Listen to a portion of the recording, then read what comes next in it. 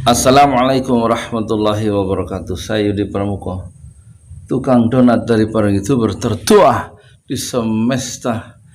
Saya mau menjawab beberapa komentar dari penonton YouTube yang itu yang terakhir, yang judulnya mulai nggak waras part 2. Katanya saya ini sudah sepuh, umur saya kan 59, sebenarnya belum sepuh ya. Terus coba mbok cari untuk hal-hal yang akhirat aja, jangan mengkritik pemerintah. Coba apa manfaatnya mengkritik pemerintah? Itu jawabnya mudah sekali ya. Dalam Islam itu ada istilah amar ma'ruf nahi mungkar, menyuruh yang baik, mengkomando yang baik, dan nahi mungkar, melarang yang mungkar, mendiskomando yang mungkar, yang nggak baik. Itu manfaatnya apa? Manfaatnya untuk keselamatan kita bersama. Kalau kita mengkritik pemerintah, kenapa pemerintah itu harus dikritik? Begini, pemerintah itu punya segalanya, punya kekuasaan, dan uangnya ribuan triliun yang harus dia pakai. Dan orang yang kalau sudah punya kekuasaan dan uang yang banyak itu cenderung kehilangan perspektif. Nah, problemnya pemerintah ini punya kekuasaan yang salah, itu yang rugi jutaan orang termasuk kita. Jadi kita ingatkan supaya kita tidak ambles bareng-bareng. Lak ngono. Itu bagian dari ibadah amar ma'ruf nahi mungkar, bagian dari syariat Islam, ya kan? Jadi amal soleh itu untuk akhirat. Mengkritik pemerintah itu untuk akhirat, mengkritik pemerintah itu ya. Terus kalau saya udah sepuh untuk akhirat, ya ini untuk akhirat. Sahabat Rasulullah itu meninggalkan Madinah ribuan kilometer untuk meruntuhkan Romawi, ikut bertempur jauh, wafat di benteng Konstantinopel. Berapa usianya? 80 tahun tuh. Namanya Abu Ayyub Al-Ansori, yang waktu hijrahnya Rasul dari Mekah dan Madinah, Rasulullah tinggal di rumah Abu Ayyub Al-Ansori di Madinah. Itulah sahabat Rasulullah yang berjuang dari remaja sampai usia 80 tahun. Jadi amar ma'ruf nahi mungkar itu sepanjang hayat, sepanjang hidup ya. Untuk akhirat, semuanya untuk akhirat niatnya amar ma'ruf nahi mungkar itu. Begitu Pak. Terus kemudian yang kedua, ini negeri Indonesia, negeri kita bersama, bukan negeri penguasa yang datang dan pergi. Ya kan, kadang hanya 10 tahun.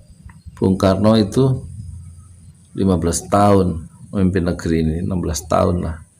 Pak Harto 32 tahun. Ambles kita semua kan, gara-gara pemerintahnya yang salah mengelola negerinya sendiri, ya nggak? Kalau sukses sih nggak apa-apa. Kan pertanyaannya, gimana sekarang harga naik? Kita kritik, ya kan? Yang terakhir, orang mengharapkan apa? Orang mengharapkan apa? Wilayah itu apa namanya? Karantina wilayah ya. Karantina wilayah yang dikeluarkan darurat sipil coba. Jadi memang lari dari tanggung jawab yang harusnya rakyat dikasih makan, suruh masuk rumah ya, lockdown di wilayah yang diisolasi itu dikasih makan, nggak usah kemana-mana selama masa karantina itu. Pemerintah nggak punya duit lah, duitnya diambur-amburin buat biaya apa? Buat biaya infrastruktur. 73 triliun atau 100 triliun tuh dana haji hilang gitu aja, dipakai untuk bangun jembatan itu. Masa nggak dikritik? Emang dana haji dananya siapa? Gitu loh Pak, bahaya, dikritik aja masih nggak mempan tuh ya kan? Jadi harus dikritik. Kalau yang salah lah banyak salahnya kalau nggak salah ya. Sekarang masa kita nggak kritik? Katanya yang ojek online itu bisa setahun baru boleh ditagih gitu. Ya kan ngomongnya enak itu, tapi faktanya leasing tuh mana mau nggak dibayar nanti bulan 12 lagi, 12 bulan lagi. Alasannya sekarang lagi ojek online-nya lagi nggak ada pemasukan. Yang itu nanti yang bayar karyawan dari leasing itu sopo? Ya kan Pak Jokowi mungkin nggak, ya enggak, ya perusahaannya nggak. Jadi artinya ngomong tapi implementasinya nggak dipikirin, mungkin nggak tuh. Terus kalau nanti ini jangan ada debt collector katanya yang nagih kredit motor atau yang kredit mobil online, taksi online. Kalau masih ada yang nagih juga, kata Pak Jokowi, lapor aja polisi. Loh piye toh? Perusahaan swasta kan nggak mau, yang pengen dia lakukan adalah saya kasih utangan motor, bayaran sesuai tepat waktu.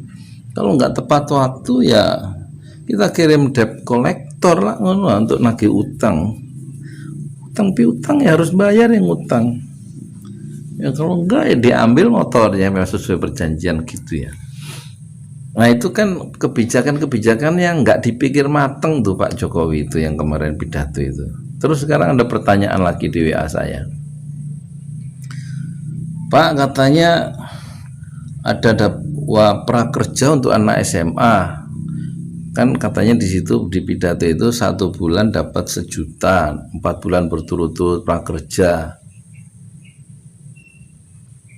Yang lulusan SMA yang belum kerja dikasih duit sama pemerintah 1 juta sebulan, 4 bulan berturut-turut. Coba apa nggak perlu gimana itu bayarnya? Uangnya siapa yang suruh bayar? Jumlah anak SMA itu 1 tahun yang lulus 2 juta orang. Katakan separuhnya lah yang lulus SMA itu yang nganggur gitu. Berarti kan 1 juta kali 1 juta sebulan. 1 juta kali 1 juta itu kan 1 triliun tuh uang yang harus dikeluarkan oleh pemerintah untuk ngasih anak-anak SMK yang prakerja belum kerja itu. 4 bulan berarti 4 triliun tuh. Uangnya mana? Maksudnya pemerintah itu ya kok dipikir kalau ngomong. Terus yang lulusan SD mana katanya? Lulusan SMP mana? Masa cuma lulusan SMA aja yang dikasih duit prakerja? Padahal ada 3 juta anak-anak kita yang tidak punya ijazah SMP dan SMA 1 tahun. Gitu kok mau mindahin kota, banyak rakyatnya keleleran. Sekarang banyak rakyatnya kelaparan. Kenapa kelaparan? Ya kan salah kebijakan dalam ngurus ekonomi kan, mementingkan infrastruktur ya. Padahal rakyat masih susah makan, sekarang tambah susah makan. Jadi kritik itu penting, sangat bermanfaat, peringatan. Fadzakir, berilah peringatan. Inna dzikra tanfa'ul mu'minin. Berilah peringatan, sungguhnya peringatan itu bermanfaat untuk orang-orang yang beriman. Itu dalam Al-Quran. Fadzakir, berilah peringatan. Inna dzikra, sungguhnya peringatan itu tanfa'ul mu'minin, sangat berguna buat orang-orang yang masih percaya kepada Allah Subhanahu wa Ta'ala. Saya Yudi Pramuka, tukang donat dari para YouTuber tertua di semesta. Fasbir sabran jamila, bersabarlah dengan kesabaran yang indah. Assalamualaikum warahmatullahi wabarakatuh.